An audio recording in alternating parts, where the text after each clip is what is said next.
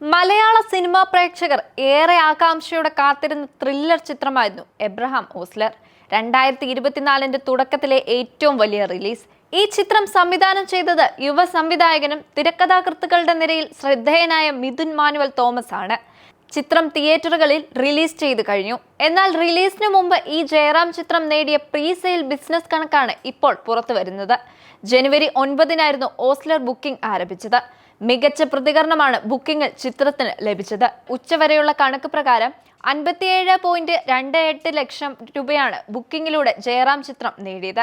എന്നാൽ ഒരു ദിവസത്തെ മൊത്തം കണക്ക് 1 കോടിയാണ് എന്ന് ട്രേഡ് അനലിസ്റ്റുകൾ പറയുന്നു.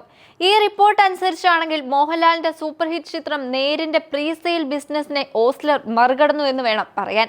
എന്നാൽ നേര് നേടിയതും 1 കോടിയാണ്. പക്ഷേ 2023 ഡിസംബർ 17 നേരിന്റെ ബുക്കിംഗ് ആരംഭിച്ചത്. എന്നാൽ ഓസ്ലർ 3 ദിവസം കൊണ്ട് അതും മറികടന്നു. UK ബുക്കിംഗ് തുടങ്ങി മിനിറ്റുകൾക്കുള്ളിൽ തന്നെ എല്ലാ സെന്ററുകളിലും ഫാസ്റ്റ് ഫില്ലിംഗ് ആയിരുന്നു എന്നാണ് റിപ്പോർട്ടുകൾ പറയുന്നത്.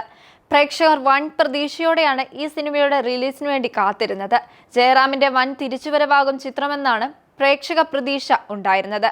രൺധീർ കൃഷ്ണനാണ് ചിത്രത്തിന്റെ തിരക്കഥ. ജയറാമിനൊപ്പം അനൂപ് മേനോൻ, അനശ്വര രാജൻ, അർജുൻ അശോകൻ, സെന്തിൽ കൃഷ്ണ, ആര്യ സലീം, സൈജു കുറുപ്പ്, ജഗദീഷ്, ദിലീഷ് പോത്തൻ, സായ്കുമാർ, അർജുൻ നന്ദകുമാർ, അനീഷ് ഗോപാൽ, ശ്രീം രാമചന്ദ്രൻ, പൊന്നമ്മ ബാബു എന്നിവരും പ്രധാന വേഷത്തിൽ എത്തുന്നുണ്ടായിരുന്നു.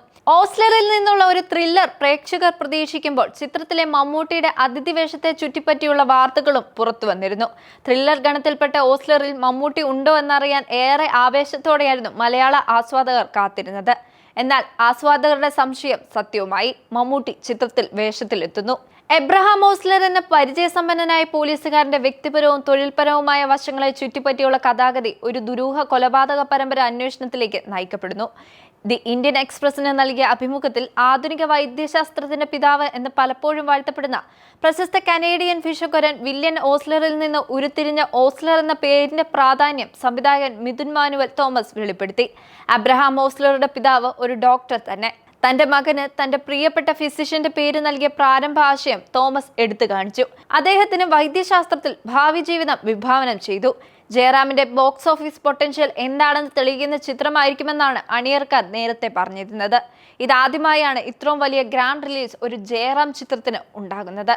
താടിയും മുടിയും നരച്ച് അല്പം പ്രായം തോന്നിപ്പിക്കുന്ന ലുക്കിലാണ് ജയറാം സിനിമയിൽ എത്തുന്നതും. കേരളത്തിൽ മാത്രം 300 തിയേറ്ററുകളിൽ ചിത്രം റിലീസ് ചെയ്തു.